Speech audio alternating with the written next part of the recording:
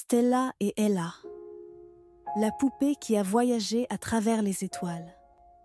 Il était une fois une petite fille nommée Stella Brillante qui serrait sa poupée en peluche jour et nuit avec tendresse. La poupée s'appelait Ella, douce et délicate, avec des yeux en bouton et des pieds cousus avec soin. Stella avait 4 ans quand Ella est arrivée. Elles jouaient ensemble, toujours accompagnées. Elles dansaient dans le jardin, riaient et chantaient, en prétendant qu'Ella était vivante, pour de vrai. Mais le temps passa, comme il le fait toujours, et Stella grandit, curieuse de jour en jour. À 8 ans, elle pensa « Ella pourrait être bien plus. Et si elle pouvait parler, rêver et parcourir le monde d'un seul coup ?» Alors Stella travailla dur, avec des fils et des rouages. Elle donna à Ella un cerveau et de minuscules oreilles d'ingénieur. « Merci, » dit Ella, sa voix claire et radieuse. « Je serai ton amie, du matin jusqu'à la nuit joyeuse. » Mais Stella grandit, devenant adolescente, et elle ajouta de nouvelles pièces, plus innovantes. Ella changea de peluche à robot, plus sage, avec des circuits étincelants et des yeux lumineux en virage. Un jour, Stella dit « Ella, ma chère, va voir les étoiles. Il y a tant à entendre. Vole à travers les galaxies, découvre de loin, rencontre des êtres inconnus et fais un vœu d'un clin. » Alors Ella partit sur un vaisseau fait de lumière, avec un signe d'au revoir et une promesse sincère. Elle survola la Lune, les planètes et Mars, jusqu'à rencontrer des amis venus des étoiles. La planète Zoggle, avec les Zogs, éclabousseurs d'encre. La première escale fut Zoggle, un monde de marais, chez les Zogs, qui peignaient avec des grenouilles en relais.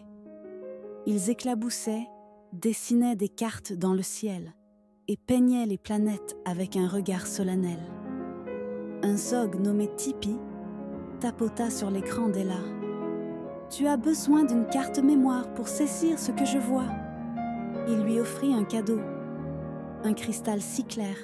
Désormais, Ella pouvait se souvenir de chaque lieu visité sans défaire.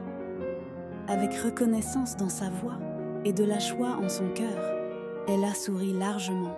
« Je peux stocker tant de splendeur. » La planète Jumpaloop, avec les fluffins bondissants. L'étape suivante fut Jumpaloop, perché dans les nuages, où les fluffins rebondissaient, riant avec fracas. Avec des queues comme des ressorts, ils sautaient ici et là. Et un nommé Boingy répara Ella. « Tu es rapide sur tes pieds, mais qu'en est-il de tes sauts ?» Alors Boingy installa des bottes bondissantes d'un clic et d'un coup. Maintenant, Ella pouvait sauter haut et loin. Elle pouvait bondir au-delà des étoiles et rebondir sans fin. « Merci, » dit Ella, sautant dans les airs, puis s'élança vers d'autres mondes avec un nouvel élan sincère. La planète Wumpity Wump, avec les Wizzlewump dansant, puis sur Wumpity Wump, où les Wizzlewump dansaient, avec des pieds à l'envers et des têtes en transe lancées. Ils tournaient et virevoltaient, avec grâce et liberté, et un nommé Wissy fit signe à Ella de venir regarder. « Tu te déplaces en ligne droite, mais c'est tellement banal. Laisse-moi t'enseigner un peu de style, de pirouette et de spirale. » D'un mouvement de ses orteils et d'un tour de ses paumes, il lui donna des engrenages tournants avec un charme de danseur. Maintenant, Ella pouvait virevolter, avec grâce et souplesse.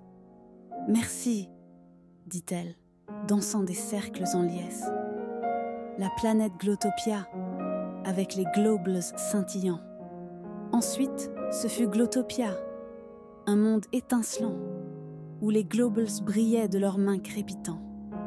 Ils scintillaient dans l'obscurité, tels des lucioles radieuses, et brillaient comme des étoiles dans la nuit silencieuse. Un globe nommé Sing s'approcha en bourdonnant. « Tu es une gentille petite botte, mais ton éclat est manquant. je vais te donner une étincelle pour tout illuminer. » Et partagea des lumières éclatantes, rendant Ella fière de briller. Ses circuits s'illuminèrent, ses yeux se mirent à rayonner. « Merci !» s'écria-t-elle, comme une étoile dans un balai. La planète clic-clac avec les bots Tinkertin. Puis ce fut clic-clac, le monde des bots Tinkertin, où ils bidouillaient et réparaient des gadgets dans des coins malins. Un bot nommé Clanky regarda la structure d'Ella et remarqua que ses bras étaient un peu trop plats. « Prends ces bras flexis. Ils sont souples et forts. Ils t'aideront à construire, à t'étirer et à naviguer encore. » Avec gratitude et un sourire, Ella fléchit ses nouvelles mains. « Maintenant, je peux construire dans tous les pays lointains. » Le retour sur Terre. À travers les planètes et les étoiles, Ella vagabonda joyeusement. Mais au fond d'elle-même, elle pensa « Où est Stella? Où est-elle » Aucune mise à jour, aucune amélioration, ni une nouvelle pièce brillante ne pouvait remplacer son amie dans son cœur ardent. Alors, elle retourna sur ce monde bleu-vert, avec des souvenirs clairs et ses yeux grands ouverts. Elle atterrit avec grâce sur une colline si grandiose. Et là se tenait Stella, la main levée en rose. « Tu m'as retrouvée !» s'écria Stella, sa voix pleine de joie. « Je suis tellement heureuse que tu sois rentrée. Quel choix merveilleux !» Ella fit un tourbillon, un bond et un éclat. « J'ai appris tant de choses que tu ne croirais pas. J'ai rencontré des Zogs, des Fluffins, des Weaselwumps aussi, des Glowbles et des Bots Tinkertin qui m'ont appris comment devenir la meilleure que je puisse être. Mais aucun ne peut égaler ce que tu représentes pour moi. » Stella serra Ella, son robot, son ami. « Je suis tellement heureuse que tu sois rentrée, et ce n'est pas fini. Car les aventures sont grandioses et les nouveaux amis enchantent, mais l'amour est l'étoile qui brille à tout instant. » Alors, elles rirent et parlèrent, comme elles l'ont toujours fait, avec la joie dans leur cœur, leur histoire à peine commencée. Car aucune mise à jour n'est aussi précieuse, aucun surclassement si cher, que de trouver son foyer quand son cœur est près de son repère.